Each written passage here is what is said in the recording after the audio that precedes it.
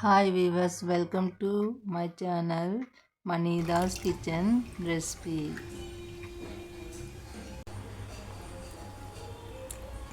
Pasta కోసం stove వెలిగించుకొని కళాయి పెట్టుకున్న 4 గ్లాసెస్ వాటర్ పోసుకున్నాను.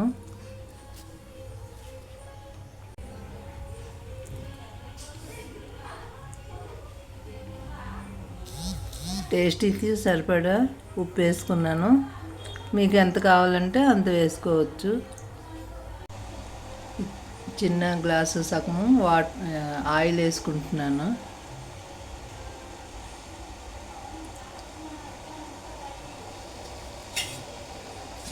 ఆయిల్ వేసుకున్న తర్వాత కొంచెం మరగాలన్నమాట. ఇప్పుడు వాటర్ మరిగిపోయినాయి కదా, ఇవి పాస్తా వేసుకుంటున్నాను.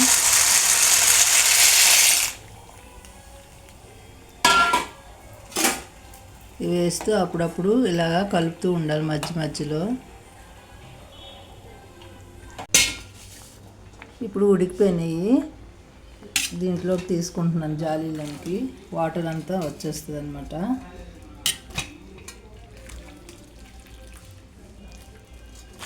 ఇప్పుడు సరిపడా ఆయిల్ వేసుకోవాలి.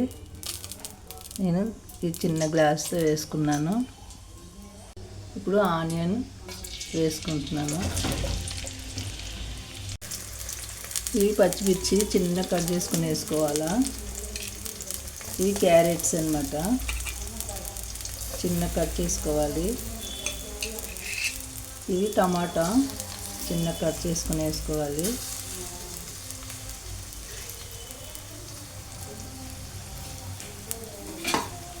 వేసుకొని మిడిల్ ఫ్లేమ్ మీద పెట్టుకొని ఇలాగా ఫ్రై చేసుకోవాలి. అల్లము వెల్లుల్లి చిన్న ముక్కలుగా కట్ చేసుకోవాలి. ఇలా వేసుకోవాలి అన్నమాట.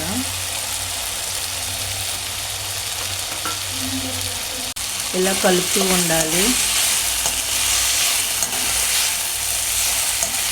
సాల్ట్ వేసుకోవాలి, సరిపడా వేసుకోవాలి. ధనియాల పొడి ఒక 2 స్పూన్ వేసుకోవాలి.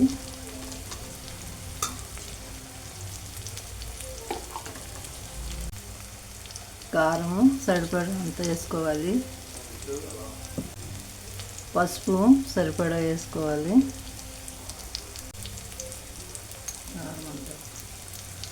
గరం మసాలా కొంచెం వేసుకోవాలి. మిరియాల పొడి కొంచెం వేసుకోవాలి.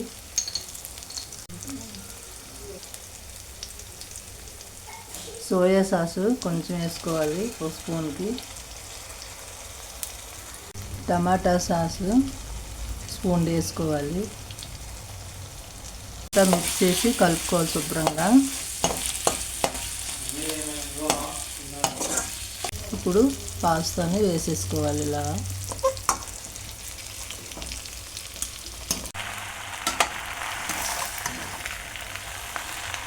ఇలాగా మొత్తం కలిపేసుకోవాలన్నమాట శుభ్రంగా.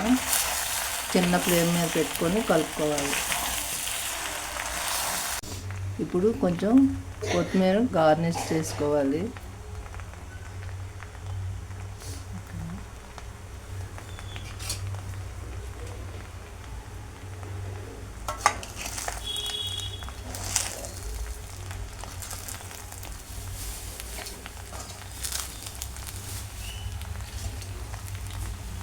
ఇప్పుడు ఇలా మిక్స్ చేసేసి దించేయడమే, అయిపోయింది. Pasta ready. వేడి పాస్తా రెడీ.